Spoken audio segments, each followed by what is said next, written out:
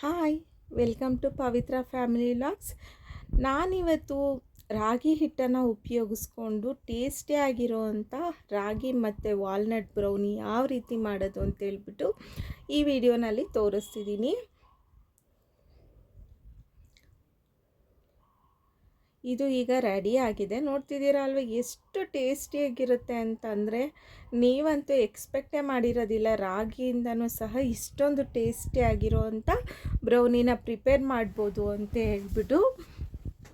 Taste wise ಅಂತೂ ಸಖತ್ತಾಗಿರುತ್ತೆ. ನೀವು ಯಾವುದೇ ಕಾಸ್ಟ್ಲಿ ರೆಸ್ಟೋರೆಂಟಲ್ಲಾಗಿರ್ಬೋದು ಅಥವಾ ಎಲ್ಲಿ ನೀವು ಹೊರಗಡೆ ತಿನ್ನೋವಂಥ ಬ್ರೌನಿಗಿಂತನೂ ತುಂಬಾ ಟೇಸ್ಟಿಯಾಗಿ ಬರುತ್ತೆ. ಇದೂ ಸಹ ಮೈದಾನ ಉಪಯೋಗಿಸಿ ಮಾಡೋವಂಥ ಬ್ರೌನಿಗಿಂತ ಇದು ತುಂಬಾ ಟೇಸ್ಟಿ ಹಾಗೂ ಹೆಲ್ತಿಯಾಗೂ ಇರುತ್ತೆ. ಸಿಂಪಲ್ಲಾಗಿ ನಾವು ಇದನ್ನು ಮನೆಯಲ್ಲೇ ಪ್ರಿಪೇರ್ ಮಾಡ್ಕೊಳ್ಬೋದು. ಯಾವ ರೀತಿ ಮಾಡೋದು ಅಂತ ನೋಡೋಣ. ನಾನು ಇಲ್ಲಿ ಒಂದು ಬೌಲ್ಗೆ 1 ಕಪ್ ನಾನು ಇಲ್ಲಿ ರಾಗಿ ಹಿಟ್ಟನ್ನು ಸೇರಿಸ್ತಿದ್ದೀನಿ. ಮತ್ತು 1/4 ಕಪ್ ನಾನು ಕೋಕೋ ಪೌಡರ್ನ ನಾನು ಇಲ್ಲಿ ಸೇರಿಸ್ಕೊಳ್ತಾ ಇದ್ದೀನಿ. ಮತ್ತು ಒಂದು ಅರ್ಧ ಸ್ಪೂನು ನಾನಿಲ್ಲಿ ಬೇಕಿಂಗ್ ಪೌಡರ್ನ ಸೇರಿಸ್ಕೊಳ್ತಾ ಇದ್ದೀನಿ. ಈ ಮೂರನ್ನು ಸಹ ಈ ರೀತಿ ಜರಡಿ ಇಟ್ಕೊಳ್ಬೇಕಾಗುತ್ತೆ. ಯಾಕಂದರೆ ಯಾವುದೇ ರೀತಿ ಗಂಟುಗಳು ಇಲ್ಲದೆ ಇರೋ ರೀತಿಯಾಗಿ ಇದನ್ನು ಜರಡಿ ಇಟ್ಕೊಂಡ್ರೆ ನೀಟಾಗಿ ಇರುತ್ತೆ.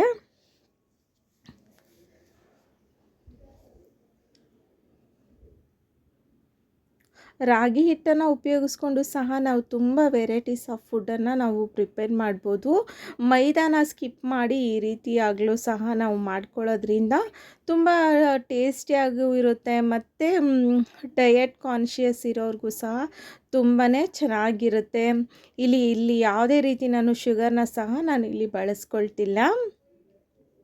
ಈಗ ಇದನ್ನು ಜರಡಿ ಇಟ್ಕೊಂಡಿದ್ದಾದಮೇಲೆ ಇಲ್ಲಿ 3/4 ಕಪ್ ನಾನಿಲ್ಲಿ ಬೆಲ್ಲನ ಸೇರಿಸ್ತಿದ್ದೀನಿ.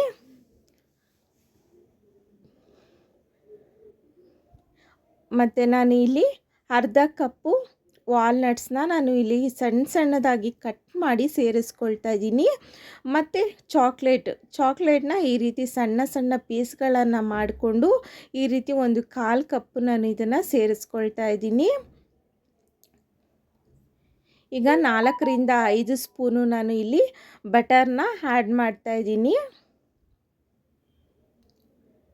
ಇಲ್ಲಿ ಒಂದು ಚಿಟಿಕೆ ಉಪ್ಪನ್ನು ಸಹ ನಾವು ಸೇರಿಸ್ಕೊಳ್ಬೇಕು. ಆದರೆ ನಾನು ಇದು ಸಾಲ್ಟೆಡ್ ಬಟರ್ನ ಯೂಸ್ ಮಾಡಿರೋದ್ರಿಂದ ನಾನು ಇಲ್ಲಿ ಉಪ್ಪನ್ನು ಸೇರಿಸ್ತಾ ಇಲ್ಲ.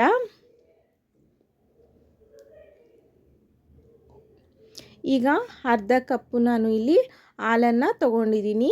ಇದನ್ನು ಎಲ್ಲ ನೀಟಾಗಿ ಮಿಕ್ಸ್ ಮಾಡ್ಕೊಳ್ಬೇಕು. ಸ್ವಲ್ಪನೇ ಸೇರಿಸ್ಕೊಳ್ತಾ ಮಿಕ್ಸ್ ಮಾಡ್ಕೊಳ್ತಾ ಬರೋದ್ರಿಂದ ನಾವು ಕೇಕ್ನ ಯಾವ ರೀತಿ ಮಿಕ್ಸ್ ಮಾಡ್ತೀವಿ ಕಟ್ ಆ್ಯಂಡ್ ಫೋಲ್ಡ್ ಮೆಥಡಲ್ಲಿ ಅದೇ ರೀತಿಯಾಗಿ ಇದನ್ನು ಸಹ ಮಿಕ್ಸ್ ಮಾಡ್ಕೊಳ್ಬೇಕು.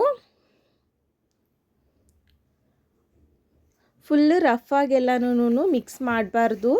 ನೀಟಾಗಿ ಈ ರೀತಿ ಕಟ್ ಆ್ಯಂಡ್ ಫೋಲ್ಡ್ ಮೆಥಡಲ್ಲೇ ಇದನ್ನು ಮಿಕ್ಸ್ ಮಾಡ್ಕೊಳ್ಬೇಕು. ಆಗಲೇ ಅದು ಚೆನ್ನಾಗಿ ಉಬ್ಬಿ ಬರೋದು ಮತ್ತು ಚೆನ್ನಾಗಿರುತ್ತೆ ಮತ್ತು ನೀಟಾಗಿ ಮಿಕ್ಸ್ ಆಗುತ್ತೆ. ಅದಕ್ಕೆ ಒಳ್ಳೆ ಸ್ಟ್ರಕ್ಚರ್ ಸಹ ಬರುತ್ತೆ. ನೋಡಿ ಈ ರೀತಿಯಾಗಿ ಇದನ್ನು ನೀಟಾಗಿ ಕಲಿಸ್ಕೊಂಡು ಪಕ್ಕಕ್ಕೆ ಇಟ್ಕೊಳ್ತಾ ಇದ್ದೀನಿ. ಈಗ ನಾನು ಕೇಕ್ ಟಿನ್ಗೆ ಈ ರೀತಿ ಬಟರ್ನ ಹಾಕಿ ನೀಟಾಗಿ ಅಡ್ಜಸ್ಟ್ ಮಾಡಿ ಇಟ್ಕೊಳ್ತಾ ಇದ್ದೀನಿ. ಈಗ ರೆಡಿ ಮಾಡಿ ಇಟ್ಕೊಂಡಿರೋ ಅಂಥ ಮಿಕ್ಸ್ಚರ್ನ ಈ ರೀತಿ ಎಲ್ಲನೂ ಸೇರಿಸಿ ಈ ರೀತಿ ಟ್ಯಾಪ್ ಮಾಡಿಕೊಳ್ಬೇಕು.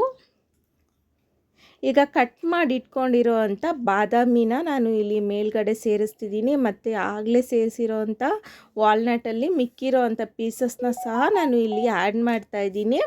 ಮತ್ತು ಚಾಕ್ಲೇಟ್ ಪೌಡರ್ನ ಸಹ ನಾನು ಇಲ್ಲಿ ಮೇಲ್ಗಡೆ ಸೇರಿಸ್ಕೊಳ್ತಾ ಇದ್ದೀನಿ.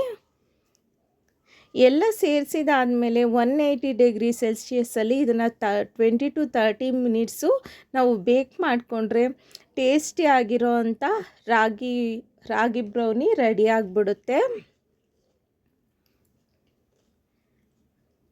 ತಿನ್ನೋದಕ್ಕಂತೂ ಸಖತ್ತಾಗಿರುತ್ತೆ. ಈ ರೀತಿಯಾಗಿ ನಾವು ಒಂದು ಚಾಕು ಸಹಾಯದಿಂದ ಟೆಸ್ಟ್ ಮಾಡಿದಾಗ ಚಾಕುಗೆ ಯಾವುದೇ ರೀತಿಯಾಗಿ ಅಂಟಬಾರ್ದು. ಆಗ ಇದು ನೀಟಾಗಿ ಬೇಕಾಗಿದೆ ಅಂತ ಹೇಳಿ.